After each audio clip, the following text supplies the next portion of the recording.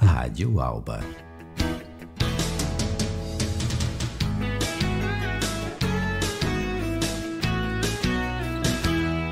Começa agora mais um programa da Rádio Alba. Todo Ambiente, um programa para discutir sobre meio ambiente. Muito bom dia para todo mundo, para você que está comigo, para você do universo do todo e do meio ambiente. Esse é o seu programa Todo Ambiente, apresentado pela doutora Tatiana Matos. Nós vamos conversar hoje com o Luiz Fernando Galvão de Almeida, mas eu vou deixar para a doutora Tatiana apresentá-lo formalmente. Das questões ambientais modernas, o tema mudanças climáticas é o principal problema destacado em todos os fóruns internacionais. E o que se observa é que nenhuma das suas causas é meramente natural e todas são de origem antrópica e a responsabilidade é exclusiva, pura e simples humana. O aquecimento do planeta desequilibra os sistemas climáticos naturais, extremos de calor, chuvas intensas, secas e déficits de chuva, perda e extinção de espécies, elevação da média global do nível do mar, redução na produtividade agrícola, entre outros eventos. A preservação do meio ambiente e a mitigação das mudanças climáticas pressupõe a adoção urgente de ações coordenadas no plano internacional. As conferências ambientais têm representado importantes espaços de construção de consensos e de metas compartilhadas entre os países, com destaque para o Acordo de Paris, no qual os países signatários se comprometeram a instituir metas robustas de redução das emissões de gases de efeito estufa e mecanismos de financiamento da preservação ambiental. Para o cumprimento desses desafios, as principais economias do mundo vêm adotando um amplo conjunto de medidas voltadas à reconfiguração de suas estruturas produtivas no sentido da construção de uma nova economia verde.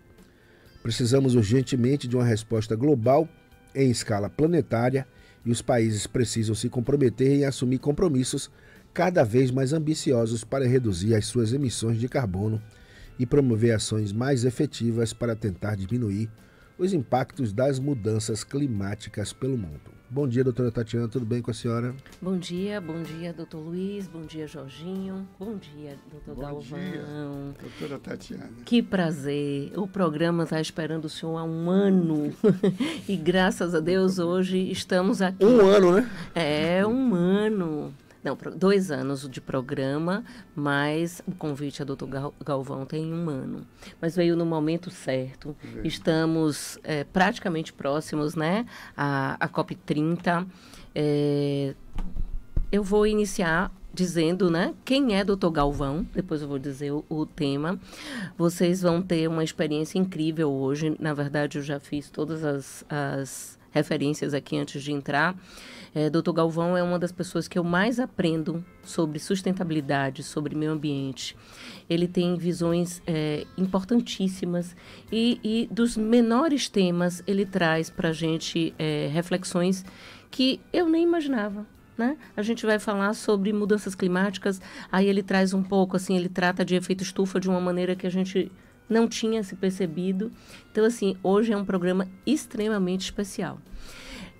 Luiz Fernando Galvão de Almeida é geólogo, 56 anos de experiência. Dentre as diversas pós-graduações, a gente vai citar a de Clima e Mudanças Climáticas. É diretor da Pedreiras Valéria S.A., é diretor do CIEB, conselheiro da APA Joanes e Pitanga, membro do Comitê Estadual da Reserva da Biosfera da Mata Atlântica, membro do Conselho de Sustentabilidade da FIEB, representante da FIEB no Conselho de Rede Clima da Coordenação da Confederação Nacional da Indústria. Então, daí, só por esse pequeno currículo, vocês já compreendem, né, quem é Dr. Galvão. E no programa de hoje, o tema será os mecanismos de descarbonização da ONU e as mudanças climáticas. Vou dar mais um bom dia ao senhor Dr. Galvão. Só baixa um pouquinho o microfone dele, Jorginho. Baixa um pouco. Aí, ótimo. Deixa mais um pouquinho. Não, microfone mesmo. Pronto. Pronto. Bom dia, doutora Tatiana. Bom dia. Quero inicialmente agradecer o seu convite e me sinto muito honrado de estar aqui na Rádio Alba para a gente trocar algumas informações e, naturalmente, gerar questionamentos e até mesmo debates. Então, como eu disse, eu me sinto muito honrado de estar aqui e agradecer ao seu convite. Eu tenho certeza que a honra é nossa. Hoje vai ser um dia de muito aprendizado. A gente vai começar por uma questão assim, lógico que eu conheço mais ou menos a sua vida profissional, mas eu não tinha ideia de quanto tempo aí na atividade, né? Uhum. São 56 anos de experiência, geólogo de informação, mas conhecedor de quase tudo da vida e do mundo. O senhor começou, doutor Galvão, já nas Pedreiras, Valéria, ou tinha uma outra formação e trabalho anterior? Bom, o meu primeiro desafio foi, depois de formado, foi ir para Mato Grosso. E lá eu fui chefe da residência do DNPM, em Mato Grosso, na cidade de Cuiabá. Depois eu fui para Belém, para trabalhar no projeto Radan. Do projeto Radan, ele foi ampliado. Eu fui para Natal e lá eu chefiava a base de apoio do projeto Radan. Aí, não só no trabalho de coordenação, mas desenvolvi muito foi a integração do mapeamento entre o substrato, que é a geologia, os solos, a vegetação, o relevo que acompanha todo esse conjunto e o clima. Daí, nesse momento já tratava do clima. Já. E aí a gente vê que a natureza é um corpo único. E quando se estuda a natureza, se a gente deixa alguma coisa de lado, a gente não está estudando ela completamente, que é inclusive o caso do clima. Quando a gente estuda o clima só pela climatologia, a gente está deixando muitas outras ciências importantes, como a própria oceanografia, o relevo da Terra, né? Os solos, a vegetação. Isso é muito importante. Eu me especializei exatamente nesse mapeamento de recursos naturais de uma forma integrada. Exatamente. E há quem diga que quando se estuda uma ciência isoladamente, aí estuda-se o meio ambiente, só a metade do ambiente. Não estuda o ambiente por completo. Quando o senhor fala isso, a gente fica até muito feliz, não é, doutor Luiz? A escolha, né, o martelo do nome do programa Todo Ambiente é de doutor Luiz, e é exatamente isso que a gente tenta trazer aqui, todo o ambiente.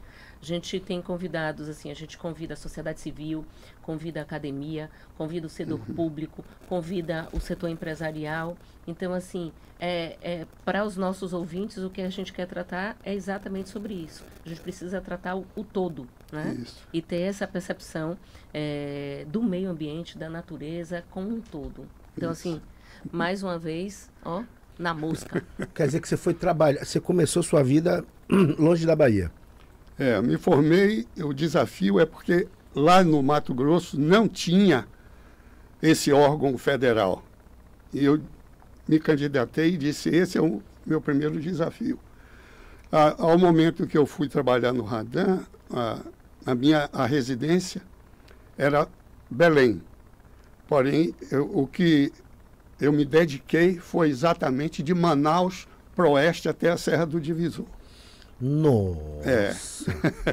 É muito distraído. Tem rios com mosquito, rios sem mosquito. Não, tem rios com cobras grandes e rios com cobras imensas. Tem... Mais ou menos. Aí tem um detalhe, é que nesse estudo eu descobri que o rio Amazonas não corria sempre no sentido de oeste para leste. Não? Não. Ele correu ele tem uma mudança depois que os Andes se soergueram. Ah, sim. E aí criaram as cabeceiras do Caiale, do Correntes, dos outros rios, o Maranhão, né? Os rios que descendem ao flanco leste da Cordilheira Oriental, principalmente entre Peru e Colômbia. E esse rio saía em direção ao Caribe. Lá por cima. Daí a semelhança, inclusive, do boto, que é muito semelhante ao boto do Caribe, né?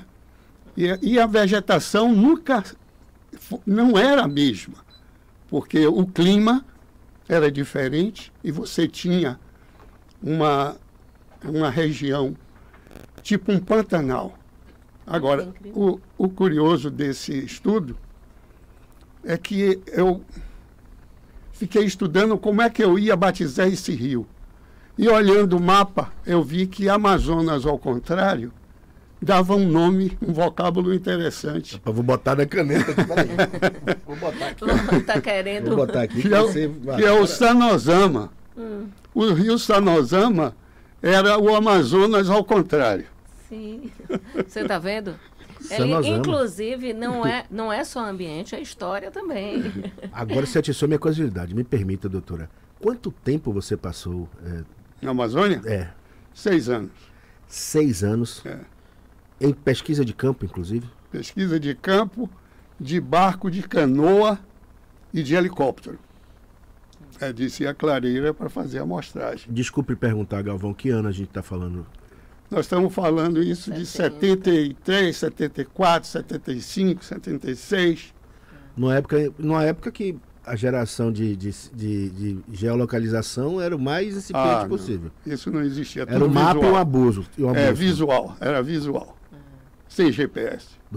Então você rodava de helicóptero pela região Amazônia só no visual? Não. Primeiro, a clareira era aberta para o pessoal especializado do Paraçá. Depois... Uma equipe multidisciplinar. Multidisciplinar. Depois iam todos os profissionais, cada um de uma ciência. E aí largava a gente lá. Ou seja, primeiro o avião via, a galera descia de paraquedas, o Paraçá, descia de rapel. Descia de rapel? Descia de rapel, abria aquela clareira, mas não é aquele mato que a gente acha em Piatã. É aquela árvore de 20 metros que você abria. Ou 40 metros. Ou aquelas aranhas que encostam e dá uma picada, você morre ali na hora, puf. Ou então a onça que está ali dando uma passeada. Aí você abre a clareira, o helicóptero vem e traz os demais pessoas, cada um na sua ação. Cada um no seu setor. E você passava quanto tempo na selva, na pesquisa de campo, nessas indas e vindas? Assim? A família que padecia por isso, mas era de 40 a 60 dias. Dentro do mato? Dentro do mato. Ia? Sem comunicação. Muita comunicação. Não, tinha comunicação rádio, por rádio SSB. Mas o rádio não para sua casa. Você tinha comunicação, trabalho. A família quisesse ia buscar lá no projeto. Tinha comunicação com rádio SSB botando antena na copa, né? Ah, sim. Joga o barandão, estica a antena no ângulo de propagação. E aí era bateria, né? Tinha que se levar a bateria, o rádio e a antena. A bateria de 40 quilos. Rapaz. Gente, além de tudo, o doutor Galvão... Você conhecia essa parte? Você conhecia essa parte da história? Não. Sabia, estou pensando que ele estava trabalhando no escritório, fazendo análise ali de todas as informações, mas não no escritório. Só pode dar palpite quem sabe. Não é quem acha que sabe. Não, aí a gente começa a entender muita coisa sobre o doutor Galvão agora, porque ele foi na origem, né? Não é só a leitura, que, por exemplo, eu, na qualidade de advogada, a gente faz toda a leitura de um processo, a leitura de um livro, mas não chego na origem. Né? Então a percepção é real. Você já andou de barco pelo Amazonas? Não, eu tenho esse sonho. Tá aí uma coisa que eu tenho. Eu estava falando esses dias sobre viagens. Eu viajo para qualquer lugar. Me chamou, eu fui. Aí você não tem vontade de alguma coisa? Eu disse, tenho. Eu tenho vontade de passear na Amazonas. Né? Pegar o barco, entrar. Essa vontade eu tenho. Muito gostoso. Os rios da margem direita do Amazonas tipo Negro, o Japurá, o Içá, são rios de águas claras, porém escuras, porque ela tem uma carga bentônica muito forte, muito intensa. Esse não tem mosquito, você pode ir despreocupado, porque os peixes conseguem enxergar as larvas. E aí, como? Então, daí tem uma outra coisa. já o outro lado, essa é a margem esquerda. Na margem direita, aí é o Juruá, é o Purus, é o Madeira. Esses daí vem uma carga de sedimento muito grande que descende os Andes. Eles estão erodindo muito material. Esse daí, como o peixe não consegue ver as larvas, o mosquito é forte. O mosquito é longo. Na verdade, é um pernilongo. É um pernilongo. Deixa eu dizer. E eu Carapanã. Estou falando, Lá é de Carapanã. Tô falando de uma aventura, talvez uma aventura Nutella, porque hoje a gente chegar e fazer esses passeios todos peraí, tudo organizado. Mas até o ponto B. Do ponto B em diante, você volta mais ou menos ao momento que ele está lá. Porque você não conseguiu povoar, não, mas você não conseguiu chegar ao Amazonas profundo, ao Amazonas de dentro. Você conseguiu chegar àquele Amazonas naquele primeiro momento. O segundo ainda é praticamente virgem. Praticamente semi-pesquisado. Porque você não consegue, Tati. O problema é que você não consegue. Vamos juntos, viu, doutor Luiz? Não. Vamos para o tema? A minha fase já passou. Mas, eu estava querendo chegar nesse momento, se ele ia andar mata dentro comigo. Eu já ia lhe perguntar. Sim. Olha, não tem coisa pior do que descer na clareira, porque o serviço de preparação da clareira joga toda pausada, os paus todos na lateral. Então, isso aí é complicado, é você sair da clareira para ir buscar as informações de campo. Exato. Eu vou sair da função de jornalista aqui, senão eu não vou deixar você entrar no tema, porque você sabe que sua história é riquíssima. E essa história é uma história para 4, 5 horas de bate-papo. Pois é. A gente E nós só temos agora 30 minutos. Aí, tá vendo? Bora organizar. Vamos organizar esse baba aqui. Então, assim, logo após esse momento, você estava ali tratando sobre clima, e aí já tinha a noção das mudanças climáticas. A gente vai começar com mudanças climáticas e depois a gente trata sobre descarbonização. Já tinha essa noção, já se tratava, essa percepção, vocês já tinham ali no momento da residência, inclusive? Bom, essa época não era muito importante. Ainda os países ricos não tinham se dado conta de um plano que eu considero muito perverso contra os países pobres. Então, não se discutia isso. Isso é coisa de 72, na primeira reunião internacional sobre clima lá na Suécia. E aí ele se vem pegando o volume e mudando as características, digamos, dos fundamentos do que deveria ser feito. E eu quero entrar dizendo aqui o seguinte: nós vamos tratar do CO2, o efeito estufa, o aquecimento global e as ações políticas da ONU. Exato. O CO2 é gerado por todos os seres vivos, humanos ou não, ou animais ou vegetais. Sim. Uma floresta, à noite, ela respira CO2 também. Sim. Ela só absorve o carbono fazendo a combinação da água tirada do solo, os raios solares e as células que fazem a fotossíntese. Então, durante o dia, ela retém o carbono, e este carbono, junto com a energia solar e mais a água do subsolo e os sais que ela também retira, isso aí transforma em glicose. Esta é a energia da planta. Sim. A planta precisa do carbono, e esse carbono vai compor o tronco, os galhos, os galhos mais finos, as extremidades e as folhas principalmente. E as raízes que se infiltram e se aprofundam no solo. À noite, não tem a radiação solar, então ela respira como a gente respira. Respira CO2. Existem muitos trabalhos, inclusive na Amazônia, que faz cálculo exatamente da quantidade de CO2 que ela emite durante a noite. Que a floresta emite. Que a floresta emite. Então, é um equilíbrio. Agora, qual é a floresta que retém o carbono? É uma floresta nova, uma floresta plantada. Sim. Esta, porque precisa do carbono para encorpar seu corpo, para aumentar o diâmetro do seu caule, ampliar suas raízes. Então, retém o carbono. Então, uma floresta que atingiu o clímax dela, essa floresta, ela faz um mecanismo de absorção e exalação. Absorção e exalação. Ela absorve o carbono com os raios solares e ela emite o CO2 sem os raios solares. Agora,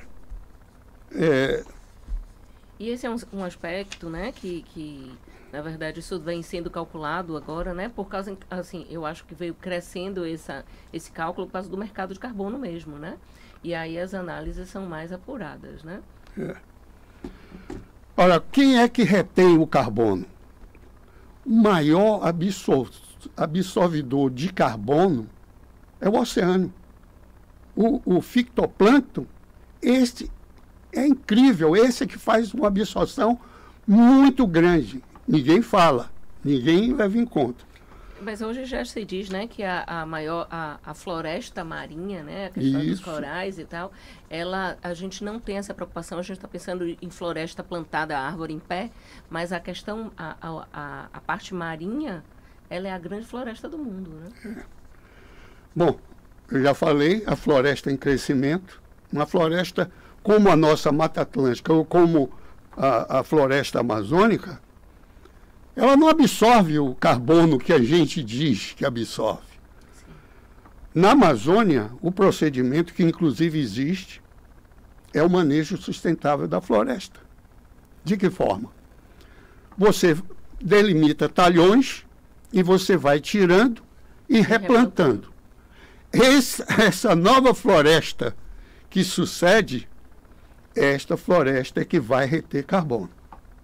Fora isso, uma grande floresta intacta não absorve o carbono que a gente acha que deveria absorver. Não, que a gente acha que absorve, né? Acha que absorve. Acha que absorve. Mas não absorve. Uma troca. Mas no impacto do clima, existe o impacto do clima, né? Porque ela é uma floresta densa e tal. Ela não tem. O carbono é uma coisa e o clima é outro, né? Para ser mais fresco, vamos supor assim, ela controla essa questão climática? Bom, o sempre que retém a energia solar, e isso já fica nas folhas durante o dia, porque à noite nós não temos a energia solar, que é a fonte principal. Mas se já retém na parte superior da copa das árvores, né? Então, você tem um clima, que é quando você anda numa área florestada, você anda numa área arborizada, porque ele está acima de você absorvendo. Sim. E ele precisa. Entendi. Agora, quem determina o tipo da vegetação é o clima. E não a vegetação que determina o clima. Na verdade, o que eu pensava antes de dar uma lidinha, que era o solo. Né? Aquele solo X, ele que vai determinar ali se... Ajuda muito. Solos com alta fertilidade natural, esses solos, tudo que você planta, inclusive sem botar adubos, né? Sem fertilizantes, não tem problema. Agora, quem é que outro que retém muito esse carbono? Os nossos cultivos. Ano a ano, nós batemos recordes de produção de grãos. Sim. Aí seja a soja, seja o girassol, seja o algodão, seja o feijão, seja o arroz, seja, né? Então, não se considera isso para efeito do balanço das nossas emissões. Desses cálculos, né? Se coloca, inclusive, a questão agrícola contrária, né? Não é? E aí não se pensa, tem outra questão também, que é a segurança alimentar, né? Segurança Na verdade, alimentar. o Brasil, ele está aí protagonista de várias situações e tem a segurança alimentar. Então, vamos ver a composição química da atmosfera. 78,08% é nitrogênio. 20,9% é oxigênio. 0,97% são os gases, outros gases. Outros gases de maneira geral. De maneira geral, quem são eles? A maior composição, na composição de maior concentração é o argônio, que é um gás nobre. Argônio. Estou começando a ficar tímida. Eu não lembrava do argônio. O argônio é um gás nobre. É? Jorginho, falar em nobreza, ele logo... Mas aí vem um outro, neônio, outro gás nobre, o hélio, que é outro gás nobre. Okay. Né? Aí tem também o metano, tem hidrogênio, né? Agora, o CO2, com todo esse alarde... Exato. O inimigo... Que 407 ppm, parte por milhão, na concentração da atmosfera, quando você converte ppm em percentagem, dá 0,0407. Então, só pela composição, como ele entra digamos assim, nesse questionamento do aquecimento global, né, já é para chamar atenção. E ninguém questiona isso. Sim. Então... eu coloco aqui enquanto o senhor está falando, né? Essa câmera não tinha realmente essa... Então, é pena que ele não é colorido. Não, mas aí dá. Dá para ver. Um pouco mais para trás, né? somente. Para trás? Para poder dar foco. Aí. Agora, quem foi que gerou esse CO2 que está incomodando o clima do planeta? Quem foi que gerou ele? Tem um marco que é 1850, a segunda Revolução Industrial. E tem uma instituição de renome internacional, que é o World Resource Institute, e mais o apoio da Climate Watch. Essas duas organizações, elas fizeram um acompanhamento de quem gerou esse CO2 na atmosfera. Então, tem lá os Estados Unidos, que é o campeão, né? Depois vem a China, a Rússia, a Alemanha, a Índia, o Reino Unido, o Japão, a França, a Ucrânia e o Canadá. Entre os 10 maiores geradores de CO2, ao longo dessa história, o Brasil não faz parte. Então,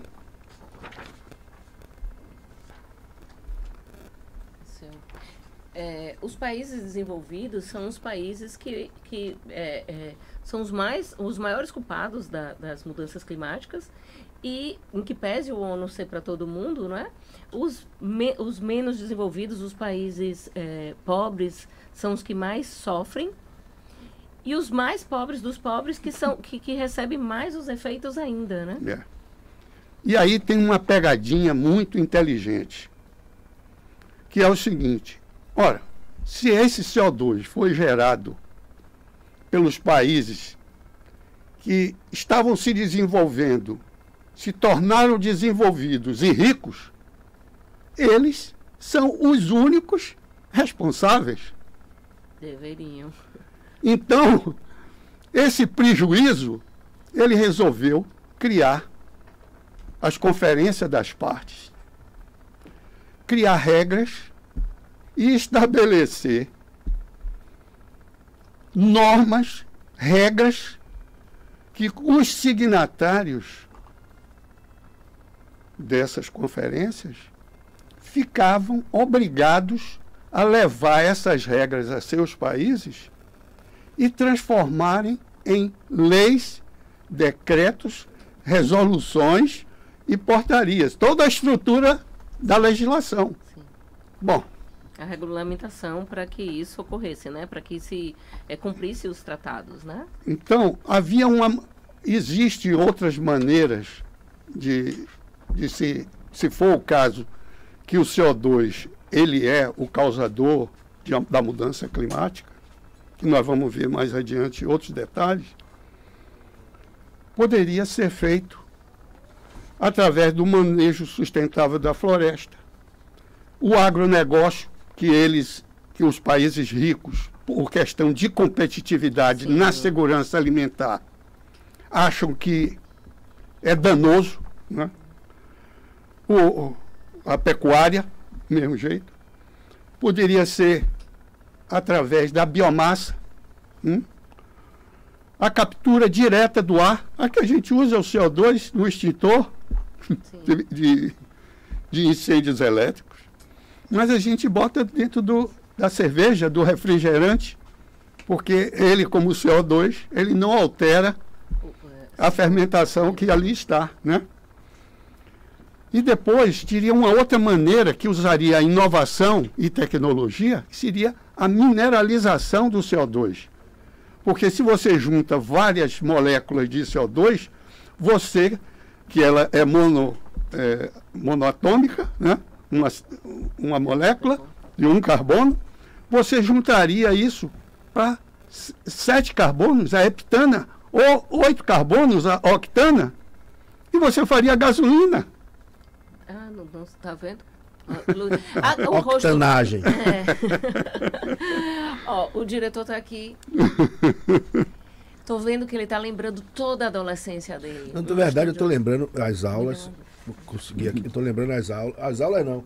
Alguns momentos de geologia com também um grande geólogo, o ex-governador Paulo Souto. Isso. Que de vez em Verdade. quando ministrava algumas Verdade. aulas que você parava para prestar atenção. Mas eu estou aqui, vivendo, eu estou aqui, ó. E muita coisa, confesso a você. O Paulo foi contemporâneo, ele formou antes de mim. E é uma pessoa magnífica. Gosto Essa muito turma dele. de geólogos, assim, a sua turma, a sua época aí da geologia, tem muitos expoentes. Manfredo também, né? Sim, também. Eu acredito que é da mesma turma, né? Ou da mesma época. O outro item seria a semeadura do oceano. É melhorar o fitoplâncton. E isso iria absorver mais. Mas o que foi que houve? Foi feita uma escolha penosa.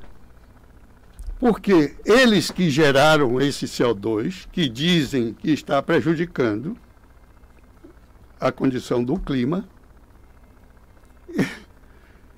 eles que seriam os únicos responsáveis por retirar, não. Diz, olha, vocês vão ter que ajustar e todo mundo vai ter que agir como país desenvolvido. Só tem uma curiosidade aí, que quando chegou esse grande momento das energias limpas, de painéis solares e de aerogeradores, e os países ricos, esses que geraram pesadamente o CO2, são os maiores produtores de aerogeradores e de painéis solares. Eu tenho aqui para vender a vocês. Exato. A tecnologia já estava indo ali, dizendo, olha, vou devolver. E ainda tem um detalhe, é que a energia solar é a fonte, né?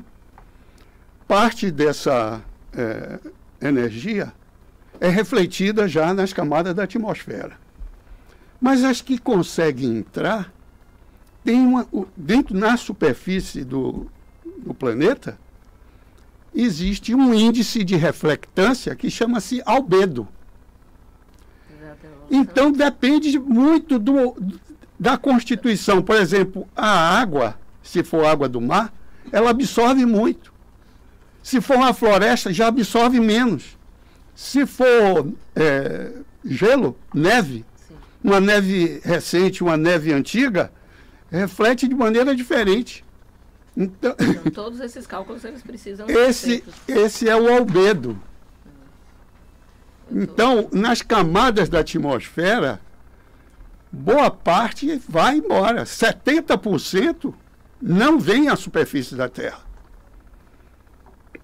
Mas a gente sabe que ele chegando, esses raios se transformam em infravermelho termal, que é o infravermelho longo, né, de comprimento de onda longa, e esse ajuda o efeito estufa. Agora vamos ver o seguinte: quem é que é o responsável? Quais são os maiores componentes do efeito estufa?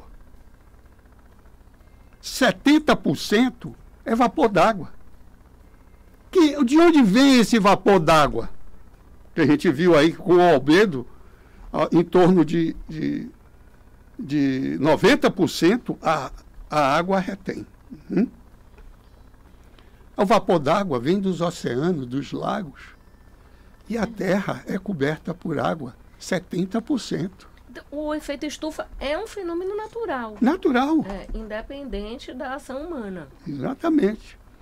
E o que todo mundo diz ao contrário, fica ali batendo que é só o CO2. Que é só o CO2 e é só a ação humana. Então, veja, os outros 20% que causa o efeito estufa são as nuvens. Porque o ricocheteio dos raios não consegue ultrapassá-la. Então, 20%. E 10% são todos os gases. E dos gases na composição a gente já viu. O CO2 é 0,04%. Bom, quando o IPCC foi constituído pela ONU, então entendia-se que precisava de um instituto muito sério e que tivesse bons cientistas e que estudassem o assunto. Então se passou a discutir de tudo. Olha, a natureza é corpo inteiro, não é o meio, não é a metade do ambiente, é um ambiente completo. Então, alguém vinha e dizia, olha, existem os fenômenos astronômicos da movimentação do planeta na sua órbita. Depois, a trajetória do planeta na órbita muda com o tempo. Ora ela é circular e ora ela é elíptica, como estamos agora. E aí ela modifica por completo. Porque a quantidade de energia que o Sol, que é a fonte principal, que vai trazer para o planeta, é diferente. Agora, o eixo da Terra que ela gira, ele é inclinado e varia de 21,5 a 24,5. Eu vou buscar uma figura que ajude o raciocínio, né? Joga o peão e o peão, quando ele está terminando, ele começa a balancear, olha, né? Tipo mais molinho. Ele faz aquele giro, né? Aquele giro. Bom, a posição, essa variação da obliquidade, é a que faz as estações do ano. Se o eixo da Terra fosse da vertical, nós não teríamos estação do ano, estava tudo igual. Mas ele é inclinado. E a insolação é diferente para cada superfície. Por quê? Pelo ângulo de incidência dos raios solares. Se eles são perpendiculares, a maneira de absorver esses raios, essa energia, é muito maior. Quando ele é inclinado, ele tangencia e reflete. Então, nós estamos aqui hoje, no inverno, e estamos vendo aí, acompanhando as Olimpíadas, onda de calor não, é porque ele está mais exposto. Todo o hemisfério norte está muito mais exposto. Então você tem, ao mesmo momento, um período de noite na Antártica, um período longo de noite, e você tem o polo ártico de dia durante todo o tempo. A demora do... Exatamente pela inclinação. Agora, só tem um outro movimento, que é o que ele descreve, esse eixo descreve na sua órbita, que chama precessão. E esta daí expõe mais ou menos as superfícies do planeta. Esses cientistas que defendiam coisas como esta, ou mesmo os oceanógrafos, né? Os geólogos, olha, leve em conta os aerossóis, as cinzas vulcânicas e o CO2 dos vulcões. Você já ouviu falar de vulcão submarino? Eu ia trazer aqui dois grandes exemplos, o do Havaí, o Kilauea, e ia trazer o de Galápagos, a Roca Redonda. O do Havaí, ele é mais, né, famoso e exposto porque tem vários problemas ao longo do tempo. Né? Sim, e ele aquece também o oceano. O interessante é que a história que todo mundo culpa El Niño e Laninha, sim, ninguém leva em conta a atividade vulcânica submarina. Lá no caso do Havaí, inclusive isso é um fato que eu contesto muito, é que o Charles David Keeling, que ele fez a curva do aumento do CO2 e aumento da temperatura, no observatório da NOAA, né, que está em cima de um vulcão extinto, que é o Mauna Loa. E aí, na Ilha Grande do Havaí, aonde o Kilauea está lá soltando lava a todo instante, sim, e jogando lava no oceano.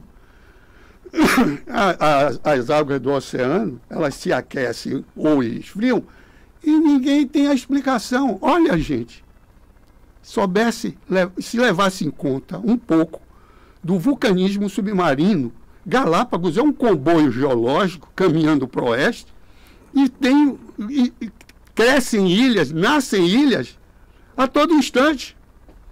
Provenientes das emanações submarinas.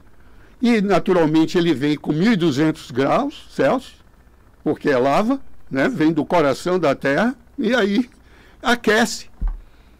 O vídeo que eu tinha, inclusive é um filme, tem mergulhadores que vão ver o borbulhamento, a saída de gases de CO2 e o aumento da temperatura lá onde isso existe. Aonde? Galápagos, na linha do Equador. E aí, cadê o... Por quê? Será que Galvão levou em conta agora e está explicando, decifrou que El Niño e Laninha depende apenas da atividade vulcânica submarina? Essas discussões na ONU, no IPCC, elas são muito ricas, né? E aí, a depender... Existem, como é que eu ia dizer... grupos diferentes, porque assim, tem pessoas que até hoje desconfiam que não existem mudanças climáticas. Então, dentro do IPCC, dentro dessas discussões, você tem grupos distintos tratando e não se degladiando, mas... Olha, este aqui é exatamente o ponto principal da questão. O IPCC, quando foi criado, ele tinha cientistas de todas as áreas.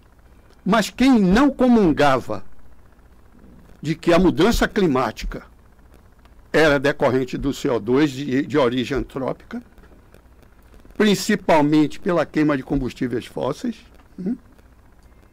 começou a ser descartado. Sim. Tira um, alija o outro, vai tirando. Ficaram quem?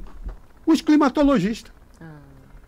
E estudar uma ciência sabendo que o clima ele é um sistema complexo, multifatorial, envolvendo as correntes marinhas, os vulcões, enfim, uma quantidade imensa. O vapor d'água, a quantidade de massa de água do planeta que a gente chama de Terra era planeta água, né? Então, esses cientistas começaram a ser afastados. Então, hoje, não se discute. Quem chega lá com essa conversa, não, corta o microfone dele. Imediatamente. Imediatamente. Porque isso iria desfazer o fundamento de que existe mudança climática. Eu vou fazer um parêntese aqui. Eu entendo que o universo é um ambiente altamente dinâmico. Nada é estático. Sim. E tudo muda, tudo evolui. Eu até vou usar aqui uma frase do professor Luiz Marins, que diz que a única certeza estável é que tudo vai mudar. E aí vem um desafio hercúleo e dizer o seguinte: olha, nós vamos retroagir no tempo. Eu quero reduzir CO2 da seguinte maneira: vamos acabar com o combustível fóssil e nós vamos voltar à base de 2005. E aí, para isso, nós vamos ter que descarbonizar. Nós vamos descarbonizar como? Aí é onde vem a perversidade. Das COPs, foi criado pouco a pouco, consolidado em 2015 no Acordo de Paris.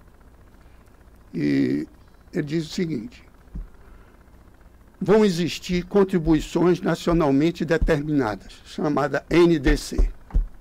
Isso aí, olha, leve para seu país e de lá crie a ambição de reduzir o máximo a emissão.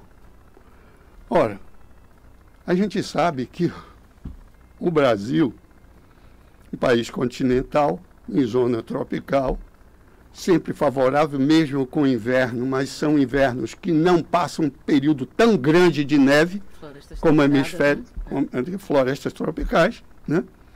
E o Brasil já há tempo fez o dever de casa, porque 62,5% a energia fonte limpa das hidroelétricas. Depois cresceu muito, mas foi assim uma coisa rápida. A energia solar e os aerogeradores. Trabalhando com transição energética muito bem. E o que aconteceu disso? Aconteceu disso é que hoje 82% da energia que nós consumimos é de fonte limpa. E o único país com esses números, não é? Possivelmente não é o pioneiro, porque a Finlândia, ela é também... Mas aí quando você tem aí em capacidade, em números, como a gente é um país muito maior, né? Doutor Galvão, eu vou fazer uma referência. E parece que foi proposital. A gente não chegou em descarbonização, mas todo o histórico para a gente falar, ele aconteceu. Como o tempo do programa está acabando, a gente pode fazer um outro programa para tratar de descarbonização. A gente faz um corte aqui, porque assim foi muito importante porque esse conhecimento, não é, Luiz? Luiz chega tá aqui, ó, parado. Não, pela primeira vez eu não falei sobre o tempo, estou deixando correr aqui porque estou tomando uma aula aqui que eu acho que eu nunca tive na faculdade. Exato. Então, assim, eu acho que cabe um programa de descarbonização. Foi muito importante tudo que o senhor trouxe aqui, até porque, como eu disse logo no início, a sua capacidade técnica, o seu viver, ele traz insights que eu não teria, outras tantas pessoas não teriam, porque o senhor agregou a capacidade técnica, o viver e a curiosidade, né? Uhum. Eu acho que tem um viés de curiosidade que mesmo que não fosse o tópico, você ia ali, né? Vamos ali estudar, vou me aprofundar. Então, assim, cabe um outro programa de descarbonização. A gente vai falar especificamente de descarbonização. Quero dizer que foi uma honra imensa, imensa. A honra foi muito minha, feliz. doutora Tatiana. Eu quero lhe propor até uma coisa, doutora Tatiana. Eu quero trazer, junto com você, que ele venha falar no Fique por Dentro, que aí a gente pode alongar até 3 horas de programa. Tá vendo? E a gente fala sobre tudo. Ele tem um programa dele, assim, né? O Fique por Dentro. Vou explicar, porque ela sempre coloca essa vírgula errada. Nós criamos um programa factual que falasse sobre tudo. O rádio hoje ele é muito dinâmico, como você percebe, não é somente rádio, é vídeo. E essa coisa, o nome rádio, em verdade, hoje é somente um nome de fantasia porque hoje é muito mais streaming do que rádio. Perfeito. Então nós criamos um programa que tem essa necessidade de ser um radiocast, como tem o podcast. E para poder se alongar mais, são grandes documentários, grandes entrevistas que têm uma abrangência maior, que se fala sobre tudo, sobre vida, sobre ação profissional. E cabe até porque eu tenho por exemplo, agora eu estou no ar com a deputada Olívia Santana, falando sobre a orfandade do Covid, na audiência pública transmitida pela televisão, e eu tenho que entrar em rede. Sim. E normalmente às segundas e quartas-feiras eu consigo alongar as entrevistas. Não que eu não queira que a doutora Tatiana, eu acho que todo ambiente, a doutora Tatiana hoje talvez seja a maior sumidade dentro dessa rádio, porque é quem tem propriedade para falar de um assunto muito complexo como o meio ambiente. É verdade. Mas eu fico limitado. Mas eu acho que cabe muito você vir aqui. Lógico, não com esse ato de 1 ano que a gente tentando falar com você. Eu proponho no máximo 15 dias. Não, vamos que você possa vir aqui pra gente. Porque sua história, eu tô aqui, desculpe lhe falar isso, mas eu estou aqui, assim, eu estou aqui emocionado porque eu estou a prova viva de uma pessoa que conviveu dentro da geologia, dentro da Amazônia, que tem histórias incríveis e fantásticas para contar e que não teve talvez o espaço devido e o registro para a eternidade sobre fatos como esse. E eu gostaria, acho que junto com a doutora Tatiana, trazer isso para o vídeo e eternizar isso, se você me permitir. Tá bom. Obrigado. Ai, que prazer. Eu, assim, lhe confesso, quando você falou que abriu a clareira, eu falei, nossa, que história fantástica, que vida fantástica. E olha, que a gente tá falando empresário, que é um dos detalhes da vida dele. O homem que começou a vida na geologia, no estudando, campo. O empresário, e hoje é um empresário famoso, bem formado, bem sucedido. E a gente não vai ter essa história eternizada? É um desrespeito até a própria história da Bahia. Me permita lhe dizer. Com certeza. Tá bom. Muito obrigado. Então por isso que eu gostaria de trazer você no Fique por Dentro, para a gente alongar mais essa conversa. Tá certo. Então vamos trabalhar sobre isso. Infelizmente já são 10 horas, deixa eu ver, 10 em ponto, entendeu? Eu faço essa referência do Fica por Dentro porque assim, eu tenho essa invejinha rosa dele, mas tudo bem. Ele resolveu isso com o senhor tranquilamente e eu apoio. A gente só vai ajustar com a sua agenda, doutor Luiz. Eu quero agradecer imensamente. Eu peço todos os aplausos do mundo para o senhor. É um prazer, assim, que isso me emociona. Emocionou você e me emocionou muito a sua presença aqui hoje. Verdade. A sua história de vida é sensacional. O senhor é uma das pessoas mais maravilhosas que eu conheço. Obrigado. Sou fã. Esse livro está sendo escrito? Hein? Esse livro está sendo escrito? Precisamos. Vamos pensar nisso? Precisamos resolver isso. Meu amigo Nelson Taboada já está 520 páginas. Já está em 520 páginas. Isso aí vai ser quase tipo um Harry Potter. Vamos pensar nisso? Vamos contratar esse Ghost Hunter para fazer isso? Acho importante. Também acho. Muito importante. Então, quero agradecer imensamente, quero agradecer os ouvintes. Na semana que vem nós temos mais um programa Todo Ambiente, às 9 horas. Sempre com transmissão ao vivo pelo YouTube da Rádio Alba Bahia. E pelo nosso aplicativo. app Alba. Alba app. Eu sempre troco.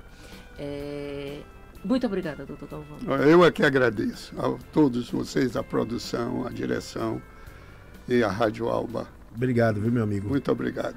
Feliz por sua presença aqui, viu?